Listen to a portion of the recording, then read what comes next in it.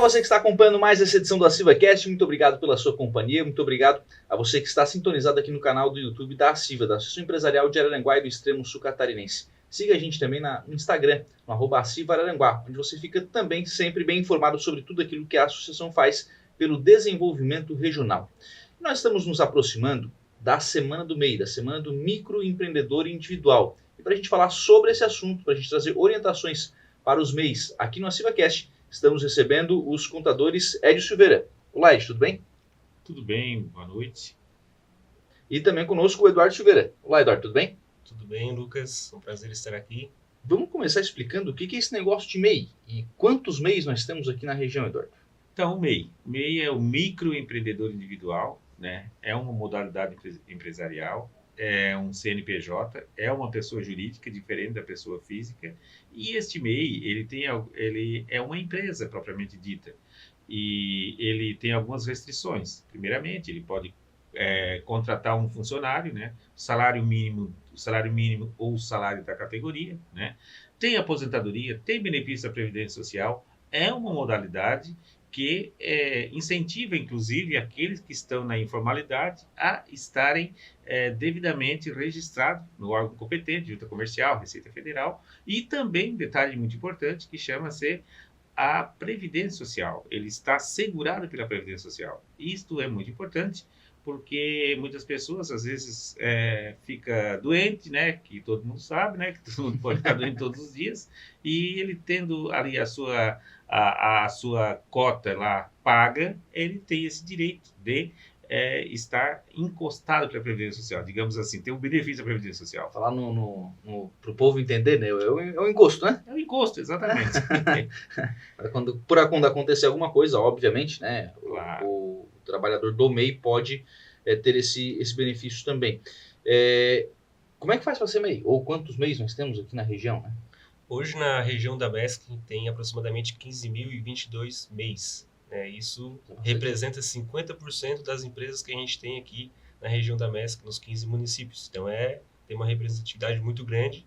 Isso mostra um potencial, né? Porque a força do empreendedor que começa muitas vezes sozinho, né? Ele é o próprio CNPJ, ele é o eletricista, por exemplo, trabalha, né? Faz os seus serviços e automaticamente ele vai crescendo, vai tendo faturamento, né? E quando ele se formaliza, ele tem um CNPJ, né? Ele tem uma empresa, a responsabilidade muda, né? E com isso ele pode fomentar e crescer economicamente a região, crescer os negócios, contratar outras pessoas, né? A gente tem cases de sucesso aí que a pessoa começou no MEI e hoje fatura milhões aqui na nossa região. Então, isso aí é bem interessante. Tem esse case? Tem em Araranguá. É mesmo? Em Araranguá. Quem? Não sei se vocês podem trazer essa informação. Seu nome é mas eu fiquei curioso. É verdade. Em Araranguá ele começou como MEI. No segundo e terceiro mês ele já passou o limite, já passou para microempresa, passou para EPP e daqui a pouco ele virou uma empresa grande. E hoje ele é um baita de empresário. Uhum. Pô, que exemplo, né? É um exemplo. Que exemplo para ser seguido. Mas a gente precisa ir lá no começo daí. Como é que faz para ser MEI? Hoje, através do Gov, o Gov é utilizado para tudo, né? Inclusive para abrir o MEI. Tendo um Gov com acesso ouro, acesso prata, você entra no site do gov.br/MEI e se formaliza, faz o seu cadastro, faz todo o procedimento, precisa ter o endereço pode ser residencial, pode ser o próprio endereço do estabelecimento, né? E você vai escolher a sua atividade, a atividade que representa, né? Aí tem um ponto importante, né? Nem todas as atividades são permitidas, tem que ter atenção a esse detalhe, e vai fazer o seu cadastro. Posteriormente, aí você já vai ter o CNPJ, vai ter as obrigações, né? Que é muito importante, e o seu CNPJ vai estar aberto, bem tranquilo, bem... É tão fácil assim? Na verdade, né, Lucas, eu acredito que a gente sempre orienta, né, as pessoas que nos procuram, que procurem um profissional contato para aquilo, né? Às vezes a gente, na iminência de imaginar que está fazendo a coisa correta, ele está caindo numa cilada, né? Como o Eduardo falou, algumas atividades são permitidas, outras são impeditivas, né? E hoje também, com o avanço da tecnologia, da inteligência artificial, tu pode estar caindo num poço sem fundo, né? Por exemplo, podemos falar depois sobre o fator R, né, da Previdência Social. Algumas atividades têm que ter fator R, e o fator R ele é alto, né? Então, tem que ter todo esse critério, né? A gente sempre orienta que, na dúvida, como diz o provérbio, quando tu não saber uma coisa, saber o telefone de quem saiba, ou procure um profissional da contabilidade, que é um profissional habilitado para dar esta informação correta e precisa. Quem é que pode ser MEI? Ou quem não pode ser MEI, né? O Ed falou de atividades impeditivas. Quem é que não pode ser MEI? Então, anualmente, né, a Receita Federal ela altera essas atividades, mas hoje um profissional autônomo, né, como eu trouxe a questão do eletricista, né, quem é um artesão, um profissional liberal, né, onde a Receita Federal acaba permitindo essas atividades, pode ser MEI. Tem uma lista dentro do próprio site do gov.br/MEI, tem uma lista das atividades permitidas, mas hoje é mais aquele profissional que inicia sozinho, que ele pode fazer suas atividades sozinho e depois ele consegue ir se formalizando, né? E quando ele se torna uma empresa, ele pode ser um comerciante, ele pode ser um prestador de serviço, ele pode ser uma pessoa que fabrica algum tipo de produto de forma mais artesanal. Então, esse é o que o caracteriza basicamente o Pode Ser MEI. Porque é mais ou menos a ideia do que é o MEI, né? É do cara que trabalha sozinho e vai se formalizar ali, vai começar a se organizar para talvez faturar milhões. Exatamente. Quando foi constituída, a gente é contemporâneo da constituição da lei, né? E o governo, o presidente na época falava, né? Quem era os MEIs propriamente dito? Era o cabeleireiro, era o pipoqueiro, essas atividades assim que não tem uma organização, não tem um órgão de classe que favoreça ele, né? Então era mais atividade, e continuam sendo essas atividades, né? Mas tem também, Lucas, as indústrias também que pode ser MEI também, né? Pode ser uma indústria, faturar até um limite de R$81 mil, faturar ali os seus 5 mil por mês, 5, 6 mil, e ele pode também se enquadrar, entendeu? Então, isso é importante, né? Importante que a pessoa trabalhe sozinho lá na sua casa, na sua residência, né? Digamos, um artesão, né? Ele modifica o produto, né? Então, ele pode ser MEI também, né? Se essas podem ser as atividades que podem, né, criar o MEI, enfim, como é que funciona a partir daí? O que o MEI faz de diferente, por exemplo, do que uma empresa faz? Qual é a diferença do MEI para uma empresa?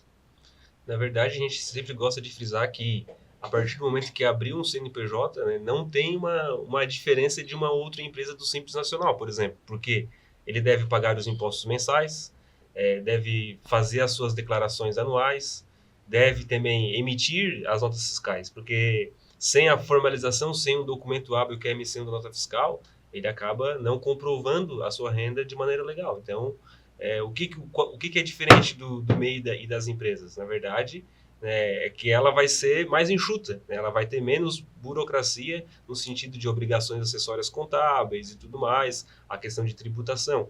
Mas as formalidades, ele precisa seguir as normas do CNPJ normal. Faz tudo que o concorrente dele faz. Exatamente. Só que muitas vezes num volume menor, né? Mas ele tem que fazer a mesma formalidade. Porque ele tem aquele limite de faturamento. Mas assim, né, Lucas? O limite dele é R$81 mil, mas não é pecado se ele ultrapassar esse limite, né? Então, o Eduardo pode explicar posteriormente, né? Ele até 20%. O que acontece, Eduardo? Até 20% e superior a 20%. Quando esse MEI ele ultrapassa os R$81 mil?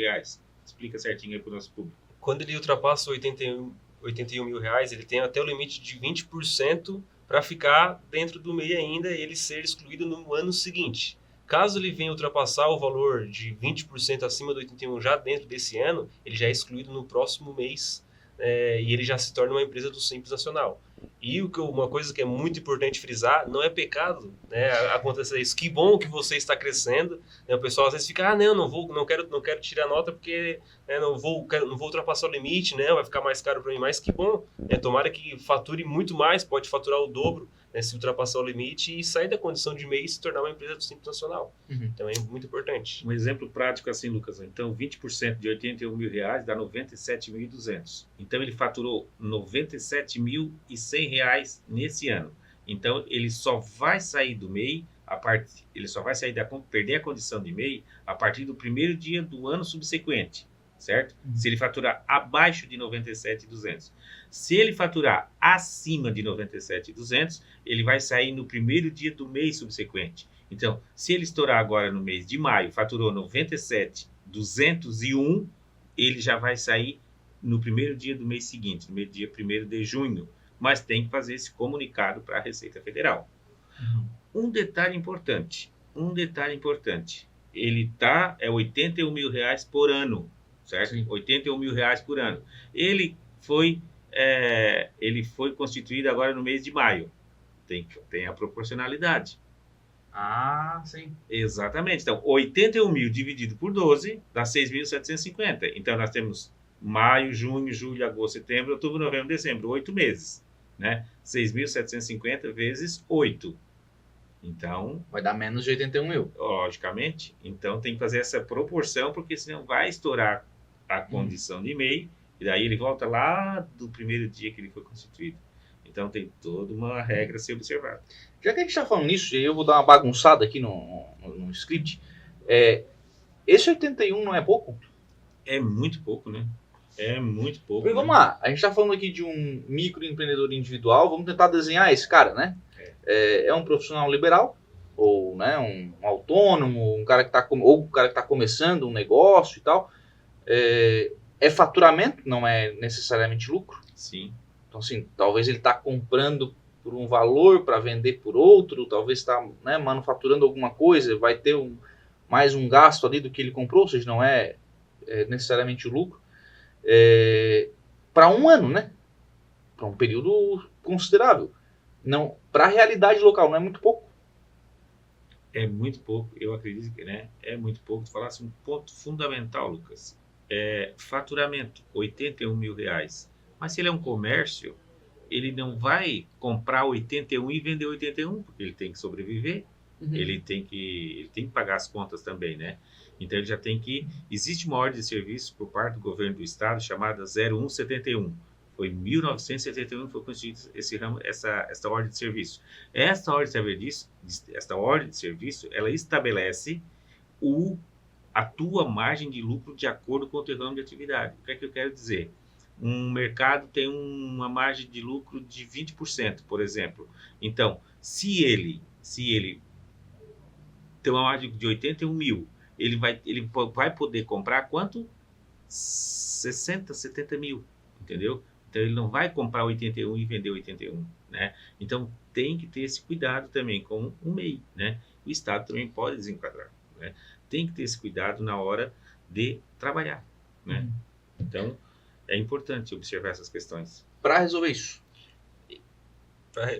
Em relação à questão do limite, né, do faturamento que você comentou ali, existe já uma lei complementar, que é a 261 de 2023, que eles buscam atualizar o limite do MEI com base na inflação. Está tramitando lá no Senado, mas é uma discussão está rolando desde 2018.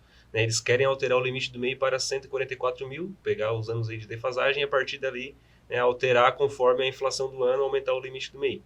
Então, já existe, né, essa lei complementar que está sendo tramitando, mas não passou ainda, né? Por hora é projeto. Por hora é só projeto. Não tem nada de prático nisso ainda. Impostos. O que paga o MEI? O MEI ele vai pagar o seu INSS, que é a parte ali que corresponde a 5% do salário mínimo. Se ele for um comércio, ele vai pagar o ICMS, né, que corresponde daí a R$1, né? Essa parte que vai para o Estado. Se ele for prestador de serviço, vai pagar R$5. Então, é em torno de R$75 aí, dependendo se ele for comércio ou serviço, vai aumentar um pouquinho. Mas a guia do mês, do MEI, que vence todo dia 20, é esse valor, R$75, uma média. Bom, de imposto é isso, né? Mas ele tem outras obrigações também. Isso. Ele tem que fazer declaração. O MEI tá falando, né, gente? Então, acabei de fazer a minha, inclusive, há pouco tempo atrás. O MEI ele é obrigado a fazer a declaração anual, né, onde ele vai informar o seu faturamento total do ano anterior. E aí é que moram as pegadinhas, né? Um ponto muito importante que a gente vê problemas recorrentes, né, na questão do MEI, principalmente quando o MEI tem uma maquininha de cartão de créditos. Ele vai lá, ele informa um valor às vezes menor do que faturou e tudo mais para não sair fora do limite do MEI. E sendo que na maquininha de cartão ele foi lá e faturou 100 mil, por exemplo. Então, esse é um cuidado, né? E aqui é um recado que a gente deixa para o pessoal que é MEI, que tem maquininha de cartão que está faturando acima do limite. Tome muito cuidado, porque os sistemas hoje são interligados. E quando você for fazer o faturamento, né? Vou fazer uma jogadinha aqui, ninguém vai ver. Tome muito cuidado. O Estado hoje ele faz um acompanhamento chamado malha fiscal, tá? E a gente sabe que muitas empresas, né? Não acontece aqui no sul de Santa Catarina, mas acontece lá por outro país, né? Nos outros países da América, ele pode acontecer de ele vender no cartão de crédito e não emitir a nota fiscal. O Estado faz essa comparação, certo? E ele já manda a conta no mês subsequente, no mês seguinte, já manda a conta para o contribuinte. E ele pode fazer isso com o MEI também, tá? Então, tem que ter muito cuidado, né? Vou citar um exemplo particular que eu recebi um dia um comunicado, uma ligação de um contribuinte perguntando se ele poderia fazer um MEI para tirar um carro zero. Ele tinha um benefício, né? Tu já pensou um MEI comprando um carro zero, né? E então, isso aí eu expliquei como é que era a fiscalização e tal, disso aí. Ele não fez, né? Ele não fez o MEI. Mas o Estado está de olho nisso, né? O Estado está de olho nisso, porque o brasileiro tem que desenhar, né? O brasileiro tem que... Se tiver uma vantagem, uma possível vantagem... É complicado. Qual é o cuidado na hora da declaração? O que tem que botar nessa declaração anual? Cuidar com os valores do faturamento real, né? Do que realmente ocorreu. Se teve funcionário ou não, né? Colocar a informação. Se o funcionário, muitas vezes, pegou algum benefício, ficou encostado por algum motivo, né? Tem que colocar ali dentro também, porque ainda tem algumas particularidades. Mas o principal seria isso mesmo, colocar os valores reais do que acabou faturando, que entrou na conta. Não tentar fazer jogadinha. Exatamente. Não tentar fazer jogadinha. Se não fizer a declaração. Multa, né? Multa, e isso acaba gerando pendências, tanto no CNPJ e pode também chegar até o CPF, né? Ficar com pendências até a regularização. Já tivemos casos aí, pessoal que ficou 5 anos sem fazer a declaração, trancou, e, inclusive esse caso foi um caso interessante porque ele foi desenquadrado de MEI, ele virou uma empresa do regime normal.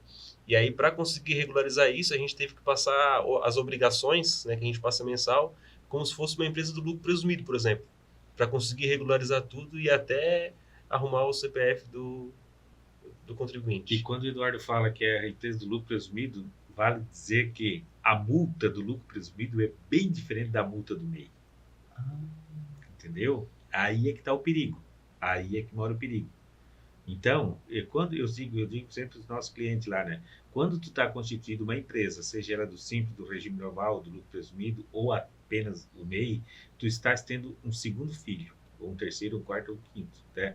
Se tu educar ele bem, se der tudo certo, tu vai ter sucesso lá no final. Mas se não educar, se o negócio for meio à vontade, o negócio vai complicar. E vai pagar multas severas, né? A gente sabe que é complicado. Ninguém gosta de pagar multa. Tá, gente, vamos lá. Até aqui a gente falou de bastante dificuldade pro MEI, né? Sim. É declaração, é cuidado. Não tem benefício esse negócio? Tem um grande benefício, né? Hoje você pode faturar até R$ 6.750 por mês, pagando só R$ 75 de imposto. Esse é um grande benefício que o MEI tem. Imagina que uma empresa de serviços, né, se ela for faturar isso, ela vai pagar já no mínimo ali 6% sobre o que ela faturar. Então, alguns benefícios, né? Um deles é esse, pagar um pouco menos, né? Tem menos burocracia. Uma empresa do Simples Nacional, por exemplo, ela tem mais obrigações do que o MEI. O MEI apenas tem que tirar as guias e anualmente, né, fazer a sua declaração. E caso ele tenha uma operação, né, um pouco mais complexa, emitir as notas. Isso é algo bem comum, né, no meio empresarial, emitir nota fiscal, tranquilo. Então, isso já faz parte, mas esse é um dos benefícios que eu vejo, né, tendo o MEI. Mas um detalhe importante também de benefício é assim, ó, hoje o MEI, ele paga R$ 5,00 de previdência social, né? Enquanto que lá, se ele for pagar como autônomo, ele já paga 20% sobre o salário mínimo, né? 1.518 vezes 20% vai dar 303 e uns quebrados, né? Então ali tu paga R$ 5,00, conta 5%, desculpa, né? Então, na verdade, esse já é um benefício para tu ter o mesmo benefício que ser o autônomo, né? Então, tem vários benefícios em ser MEI. Mas eu sempre digo, né, o MEI, né, dependendo da ramo de atividade, ele pode participar de licitação também, né? O Estado, o município pode contratar MEI para diversos segmentos, mas aí tem que ter a coisa, né? Tem que contratar um profissional para fazer esse serviço contábil para ti, né? Ir lá e participar da licitação no momento adequado. O Ed falou sobre a questão de vender para participar de licitação. Eu até já vi algumas coisas nesse sentido e o pessoal às vezes vende muita facilidade nisso, né? Sim. Ah, não, parece que é uma maravilha, assim, tu vai vender para o Brasil inteiro, ó, vai dar 2 meses, não é mais MEI, né? Faturou 80 mil né, de tanta venda que vai fazer. Mas tem que ter um certo cuidado com isso, né? Tem que ter as finanças, porque é uma empresa, né? As finanças dessa empresa precisam estar organizadas, né? Exatamente, né? Ocorre essas licitações assim, mais para os prestadores de serviços que tem aquele faturamento mensal, né? Aquela renda mensal. Então, teve agora, até teve agora, né? Teve para MEI, né? Sim. Então, a gente até participou lá no escritório, fizemos um trabalho lá e o cliente saiu vencedor, né? Foi importante isso aí, né? Mas ele tinha tudo de forma regular, adequada, dentro das normas legais, né? E é como tu falou, Lucas, eu acho que tem que ter esta regularidade, tem que fazer as coisas certas, né? Porque se chega muito assim a toque de caixa, sabe que o final não é legal. Uma orientação que a gente sempre passa é que, eu quero participar de licitação, tem que ter, né, os documentos hábeis para conseguir estar habilitado realmente para participar da licitação. E muita gente fala que, mas o MEI nem precisa emitir nota. Mas aí começa o problema. Como é que a gente vai fazer uma contabilidade sem documento fiscal? Né? E depois lá na prefeitura, no setor de licitação, eles vão exigir um balanço, um balancete, vão exigir os documentos que vão dar o respaldo para ele poder estar habilitado. Então, tem que organizar, né? Ser responsável com o seu CNPJ, né? Porque, eu quero ganhar dinheiro com o MEI. Dá para ganhar dinheiro, ótimo, mas ser organizado. Dividir, né, também a questão das finanças pessoais do CNPJ, né? O CPF é uma coisa, abrir uma conta no CNPJ é outra personalidade. Então, esse é um outro ponto também bem importante para conseguir fazer uma ótima gestão, né? Já se conseguir dividir essas finanças já é muita coisa. Vocês no escritório atendem alguns MEIs? Sim. Ou algumas empresas que começaram como MEIs. O que vocês percebem no dia a dia de erros mais comuns? O que o pessoal comete de maior extravagância? É que tem vários tipos de MEIs, assim. Tem um pessoal que vai lá, abre e depois some do mapa, né? Esse pessoal aí, ele acaba cometendo o erro de não resolver as obrigações que tem, como a própria declaração do MEI, né, que é feita até dia 31 de maio. Tem o pessoal que não quer emitir documento fiscal, porque não precisa, eu vi lá no Google lá que não precisa emitir nota fiscal e tudo mais, mas daí ele precisa receber, né, de uma empresa, ele presta um serviço, a empresa, eu só pago com a nota. Mas eu não sou obrigado. Pô, mas a empresa quer te pagar, você não vai pagar nenhum real a mais para emitir essa nota fiscal, não vai pagar nenhum imposto. E tem a questão que o pessoal também não quer ter uma organização financeira, né, do negócio, uma gestão do negócio, porque tá entrando dinheiro ali, o dinheiro é meu, eu uso lá, pago as minhas contas da casa, eu uso a própria conta do MEI para resolver isso. Então tem acaba desconfigurando a personalidade jurídica, que é misturando a pessoa física com a pessoa jurídica. Então acaba misturando tudo, colocando tudo numa conta do MEI, isso aí é problema. Vamos lá, dica financeira. Tem 2 contas? Ter 2 contas? Ter 2 contas. Ter a conta da pessoa física para pagar suas contas pessoais e a conta da pessoa jurídica para fazer os pagamentos correspondentes à empresa. A tudo que corresponde à sua operação. Uhum. E aí, eu, por exemplo, recebi lá na conta da pessoa jurídica, transfiro para a pessoa física. Não, vai depender. Né? Não é bem assim. Não é bem assim. Faz uma contabilidade, faz uma distribuição de lucro, né? Que é o mais correto, né? Se ele ganhou lá X valor lá, faz uma contabilidadezinha, veja o que é que sobrou ali e tal, né? Dentro dos princípios das normas de contabilidade, direitinho, tal. Contrate um profissional da contabilidade que faça isso aí e daí tá tudo certo, né? Mas essa questão, Lucas, de usar o princípio da entidade, como o Eduardo falou, né? Como você está comentando ali, de que é do sócio, que é da empresa, isso tem uma confusão muito grande. Até até nas empresas do lucro real, lucro presumido e simples e tudo mais, né? Mas tem que procurar fazer essa distinção, né? Tem que procurar tentar se organizar melhor. Uhum. Não dá para transferir tudo. Não. Cair lá num dia e no outro. Dá. Porque aí se não dá problema se não der na pessoa jurídica, vai estar na física, né? Sim, com certeza. Com certeza, né? E hoje, né, tá tudo muito explícito, né? Hoje com a inteligência artificial aí, meu Deus do céu, né? Isso aí é tudo muito fechado, né? Quando há 30, 40 anos atrás, o cerco tá fechando. Agora já lacrou, né? Agora lacrou. Então, Não tem mais o que sair aqui, não. tem mais. É isso aí. Vamos lá, o MEI tá lá, tá trabalhando, tá fazendo contabilidade certinho. Vamos pegar o exemplo bom, né? Vamos pegar o exemplo bom. Tá trabalhando certinho, tá fazendo gestão financeira, tá conseguindo crescer. Vai estourar o 81 e depois vai estourar lá o 91. Ele vai ser desenquadrado do MEI. Ele pode ir para o Simples, é isso? Isso mesmo. Exatamente. Como é que faz essa transição? Essa transição, ela pode ocorrer, ela vai ocorrer, né, de diversas formas. Ela primeiro precisa fazer a alteração da personalidade jurídica, né, que daí isso vai tramitar um processo na junta comercial. Vai ser feita uma alteração na prefeitura, vai ser feita uma alteração na Receita Federal e ela vai se tornar uma empresa do Simples Nacional. Isso tudo através de um profissional da contabilidade, né, ele vai conseguir auxiliar nesse sentido, mas tem que trocar em todos os órgãos o regime de tributação daquele CNPJ ali. A partir desse momento, aí é uma nova fase, né? Existe aí uma nova reeducação, porque uma empresa do Simples Nacional, por exemplo, ela paga os impostos, uma porcentagem sobre aquele faturamento, ela tem novas obrigações e novos cuidados que precisam ter. Então, ele vai funcionando a linha é essa, né? Fazer o desenquadramento, tramitar a receita, junta, a prefeitura, e depois ir crescendo. E sem contar, né, Lucas, que os MEIs têm uma responsabilidade social muito grande a partir do momento, né, que além de todo o seu trabalho, toda a sua gestão e tudo mais, mas é com os seus colaboradores, né? Ele pode ter um colaborador também, né? Então, ele vai fazer o fichamento desse colaborador, vai pagar o INSS, vai recolher o INSS, vai pagar o fundo de garantia para esse colaborador. E daí um dia, né, lá está escrito lá na carteira que ele trabalhou com aquele microempreendedor individual, né? Isso aí é uma história, né? É muito importante a pessoa ter ali aquela raiz, né? E saber que fez certo, que começou trabalhando com aquela pessoa lá, foi um microempreendedor individual da época lá, né? E vida que segue, né? Eu acho que é importante ter isso aí bem registrado, bem feito e recolher os impostos correspondentes, né? E a gente sabe que o imposto é muito caro, mas é uma parte social também, né? O fundo de garantia está aí, o INSS está aí, o cara está encostado, o cara tem um suporte, né?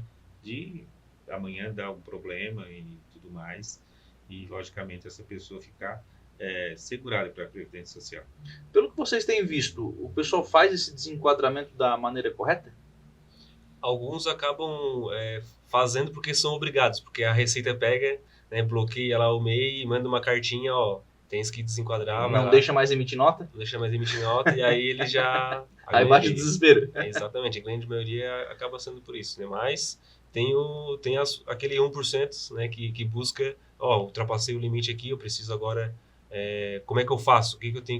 Quais são os procedimentos? O que eu tenho que mudar na minha operação? E aí temos cases, como a gente comentou, esse case que começou como MEI e hoje fatura milhões aí, pessoas que hoje têm mais de 20 funcionários, né? Então, a partir do momento que ele acaba migrando para o Simples Nacional, ele também se obriga, né, a buscar novos negócios, a buscar novas fontes de receita, a crescer o seu negócio. Então, a gente acredita bastante, né, nesse potencial, esses 15 mil MEIs aí que tem na nossa região, que eles podem se tornar grandes empresas, né? Às vezes não, grandes empresas, mas o Simples Nacional já é uma grande empresa. Então, a gente vê esse potencial. Mas já está gerando um movimento econômico, né? Exatamente. Já está gerando emprego, já está gerando movimento econômico, ela já faz parte da economia. E se metade das empresas da região são MEIs, puxa, já tem um impacto na economia regional, né? Exatamente. A gente vê que, além, né, desse impacto econômico, né, existe aí um grande potencial, né, de pessoas empreendedoras, né, que tende a se desenvolver e, obviamente, né, a gerar empregos, a gerar a economia e a gente obter bons resultados de maneira geral. Legal. Como é que vocês analisam o papel do MEI no desenvolvimento da economia? Esses 15 mil, sei lá se tem dados disso, né? Quantos vão se tornar simples futuramente? Então, eu não tenho esse dado em específico, mas falando de questão financeira, o MEI, por exemplo, vai vir para Araranguá R$ 5, seria um prestador de serviço. Para o Estado, ele vai ir R$ 1, né, caso ele for um... Do ponto de vista de tributação daí. De tributação. Então, em relação a tributos que vêm para o município, não tem grande relevância, né, mas a gente sabe que ele, se nós tivéssemos, né, um dado de quantos que se tornam um Simples Nacional, mas especificamente, seria mais uma ideia. Eu acho que ele vai ter mais relevância mesmo no dia a dia, né? Isso mesmo. Na vida daquela pessoa, daquele profissional que está ali, né? Exatamente, né? Assim, na parte do sentimento dele, né? Dele tornar-se uma pessoa jurídica, né? Prestando o serviço dele para a empresa e tudo mais, né? E isso aí existe N casos, né? Existe N casos, né? Mas brasileiro, conforme eu falei, às vezes eles tentam, né? Sair lá e constituir um MEI e continuar prestando. Mas aí não vem ao caso a gente comentar isso agora, mas eu acho importante socialmente falando, né? É importante ele ter a ideia, a concepção de que ele é um empreendedor. Se formalizar, né? Exatamente, ter essa formalização, Se né? formalizar. Isso acaba sendo fundamental. Bom, e são empresas, né? É empresa, né? É uma pessoa jurídica, né? Já tem um CNPJ, né? Importante isso aí. Legal. Semana do MEI, pessoal. O que vocês deixam de dicas e orientações para os MEIs da região? Cumprir com as suas obrigações, né, fazer aí a sua declaração do MEI para não ter penalidades, não esquecer de pagar a guiazinha mensal aquela, o pessoal às vezes esquece de pagar e depois vai fazer Só no final tem do ano. uma guia por mês e o cara esquece de pagar. Exatamente, e aí chega no final do ano, deixou lá 12 guias em aberto, aí começa a multa, juro, aí meu Deus, como é que eu vou fazer para pagar? Aqui tem 3 mil para pagar. Então não deixe de pagar, fazer a sua parte ali, né, de todo dia 20, pagar a guiazinha e também tomar cuidado, né, com as suas finanças, né, verificar essa questão de máquina de cartão e tudo mais. O sistema hoje é tudo interligado, então precisa ter um cuidado aí grande, né, para não ter nenhum problema, não levar nenhum susto. O maior pega-ratão é a máquina de cartão? Hoje é a máquina de cartão e também as emissões, né? Tem gente que nem se preocupa com as emissões de nota, vai lá, emite mais de 81 mil e aí acha que não vai dar nada e acaba acontecendo. Hoje o grande problema, Lucas, assim, ó, tu registrou o MEI. Nesse exato momento registramos o MEI, tá prontinho, CNPJ. Daqui a 5 minutos tu recebe um boleto para pagar. Pagar uma conta lá de uma associação comercial do estado de São Paulo, né? Então tem que ter esse cuidado aí também. E um detalhe importante também, né? Não só de MEI, mas para as outras empresas, guia do Simples Nacional. A guia já vem pronta, pré-preenchida, né? Mas para percepção se o escritório de contabilidade ou a empresa lá emitiu aquela guia para o contribuinte pagar. O pessoal manda isso de não sei de onde, do aquém, do além, e cai lá no e-mail do contribuinte. Vou pagar essa guia aqui, ó, tal. Não pague, né? Pergunte para o contador, ver se realmente ele mandou. E se aquela guia que ele está pagando, aquele boleto ali, ele é verdadeiro, né? Então, isto não tem controle, não tem como, a gente já viu na junta comercial, porque é público, né? Quando hoje tu quiser pegar um contrato social, hoje vai na junta comercial, pega, independente de autorização, porque é um documento público, né? Então, ter esse cuidado com o boleto hoje, cuidado com as coisas, porque, como diz assim, o golpe está na rua, cai quem quer. O golpe está aí. O golpe está aí, cai quem quer, né? Então tem que ter esse cuidado, né? Então é muito importante essa dica que a gente deixa aí, para as pessoas se ficarem ligados. Eu já tive casos aí que o pessoal, recebi aqui uma guiazinha para pagar e já paguei R$97. Isso não era para pagar, isso aí é golpe, tal. 190, e ela vem sempre com quebrado, sabe? Chega às vezes 200, 300, 400. Tem boletos, formulários, que é a coisa mais linda, assim, sabe? Vem assim, parece que vem em papel moeda mesmo, né? Tão bem feito que é. De tão bem feito que é, né? Com o nome do contribuinte, Com o né? nome, tudo certinho, assim, coisa horrorosa, né? Mas, agora, é isso aí. Então, essa é a dica que a gente deixa o pessoal ficar ligado nisso aí.